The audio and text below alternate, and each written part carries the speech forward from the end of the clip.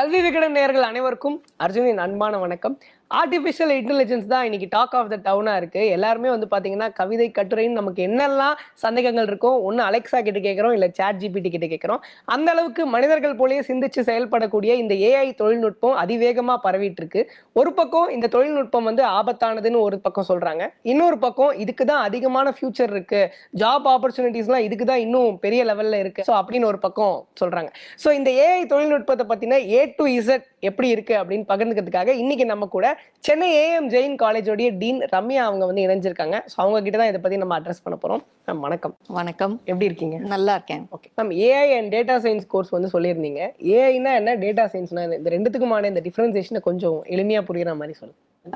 Data science அப்படிங்கிற study வந்து majorly நிறைய டேட்டா கலெக்ட் பண்றோம். இப்போ இன்னைக்கு மொபைல் வந்ததுக்கு அப்புறமா பாத்தீங்கன்னா அது டெக்ஸ்டா இருக்கலாம், இல்ல இமேஜா இருக்கலாம், வீடியோவா இருக்கலாம். இப்போ இன்ஸ்டாகிராமே எடுத்தீங்கன்னா எனி சோஷியல் மீடியா பாத்தீங்கன்னா நிறைய டேட்டா வருது.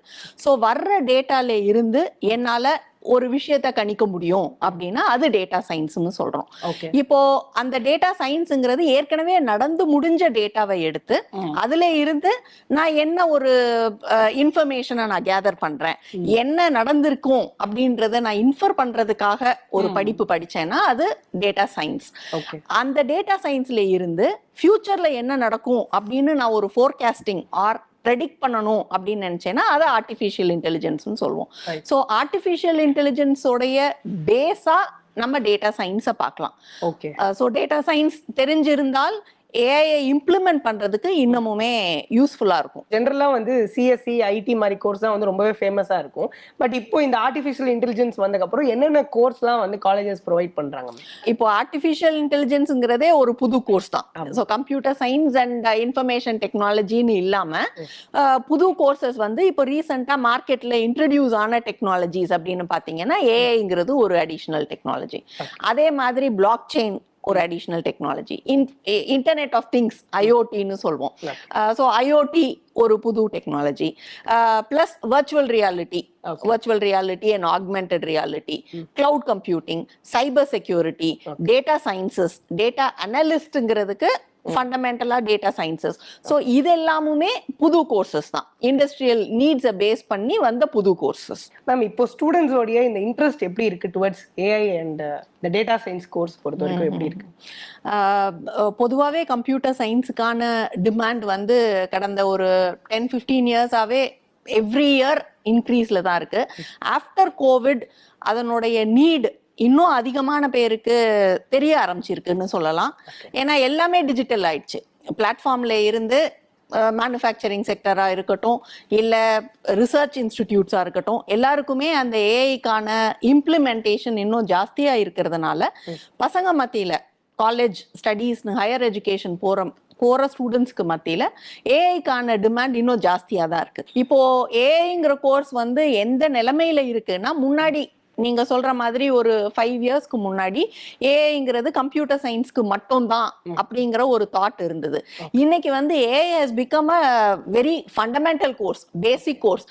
இங்கிலீஷ் படிக்கிறவங்களுக்கு சாட் ஜிபிடியை யூஸ் பண்ணி நான் எப்படி ஒரு கிரியேட்டிவ் கண்டென்ட்டை டெவலப் பண்ணலாம் அப்படின்னு ஒரு அவேர்னஸ் கிரியேட் பண்றதுக்கு அவங்களுக்கு ஏஐங்கிறது ஒரு டூலா பயன்படுது. அதே மாதிரி இப்போ ஒரு சிவில் இன்ஜினியர் பாத்தீங்கன்னா முன்ன இருக்கிற நார்மல் பில்டிங்ஸ் இல்லாம இன்னைக்கு ஆட்டோமேட்டட் பில்டிங்ஸ் வருது. எந்த இடத்துல வந்து சன்லைட் ஜாஸ்தியா இருக்கோ அந்த இடத்துல எனக்கு ஆட்டோமேட்டிக்கா விண்டோ பிளைண்ட்ஸ் வரணும், இல்ல ஏசியோடைய டெம்பரேச்சர் வந்து எனக்கு ஆட்டோமேட்டிக்கா கூல் ஆகணும். அந்த மாதிரி பில்டிங்கையே வந்து நம்மளால ஆட்டோமேட் பண்ண முடியுது. அப்ப அதுக்கு ஏஐ தேவைப்படுது. மெக்கானிக்கல் இன்ஜினியரா இருந்தா இன்னைக்கு நிறைய செல்ஃப் டிரைவிங் வெஹிக்கிள்ஸ்ன்ற கான்செப்டுக்கு போறோம். சோ ஆட்டோமொபைலா இருக்கட்டும், மெக்கானிக்கலா இருக்கட்டும், அங்கேயும் ஏஐ தேவைப்படுது. காமர்ஸ் ஆயிருந்தால் ஸ்டாக் மார்க்கெட்டோடைய ப்ரெடிக்ஷனுக்கு ஏஐ தேவைப்படுது. டாக்டரா இருந்தா டாக்டருக்கு வந்து ஒரு மெடிக்கல் இமேஜ் நம்ம இப்போ ஸ்கேன் இமேஜை பார்த்து டாக்டர்ஸ் வந்து உனக்கு இந்த டிசீஸ் இருக்கு அப்படின்னு சொல்றாங்க. அவங்களுடைய ஒரு அசிஸ்டண்டா சாஃப்ட்வேரே வந்து இவங்களுக்கு இந்த டிசீஸ் இருக்கிறதுக்கான வாய்ப்புகள் ஜாஸ்தி இருக்கு அப்படின்னு சொல்லுது.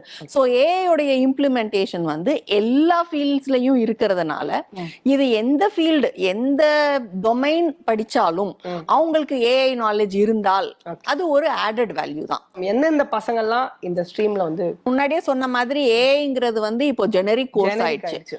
சோ யாரு வேணாலும் படிக்கலாம். ஸ்கூல் படிக்கிற பசங்களும் படிக்கலாம், இல்ல ஆர்ட்ஸ் அண்ட் சயின்ஸ் படிக்கிறவங்களுக்கு இப்போ அதான் முன்னாடி இன்ஜினியரிங்க்கு மட்டும் ஏஐ இருந்தது.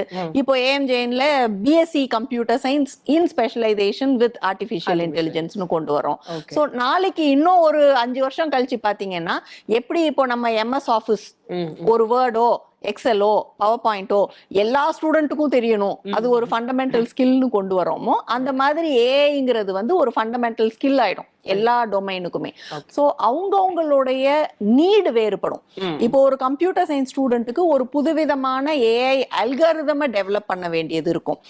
இப்போ மோஸ்ட் ஆஃப் த டைம் நான் இன்டெலிஜென்ஸை வந்து நான் மிமிக் பண்றேன் அப்படின்றப்ப ஆர்டிஃபிஷியல் நியூரல் நெட்வொர்க் அப்படிங்கிற ஒரு கான்செப்ட் இருக்கு. அந்த கான்செப்ட்ல வந்து நம்ம ஹியூமனுடைய இன்டெலிஜென்ஸை தான் நம்ம மிமிக் பண்றோம். இதே மாதிரி எறும்புக்கு ஒரு இன்டெலிஜென்ஸ் இருக்கும், பூல தேன் எடுக்கிற ஒரு வண்டுக்கு ஒரு இன்டெலிஜென்ஸ் இருக்கும். அந்த இன்டெலிஜென்ஸையும் மிமிக் பண்ணியிருக்கிறாங்க. ஸோ அதை வந்து டிஃப்ரெண்ட் ஏஐ அல்காரிதம்னு சொல்லுவோம். அந்த மாதிரி ஏஐ அல்காரிதம் டெவலப் பண்றவங்களுக்கு கம்ப்யூட்டர் சயின்ஸ் ப்ரோக்ராமிங் நாலேஜ் தேவை. ஏஐ நான் இம்ப்ளிமெண்ட் மட்டும் பண்ண போறேன், ஒரு அப்ளிகேஷனா நான் பார்க்க போறேன் அப்படின்னா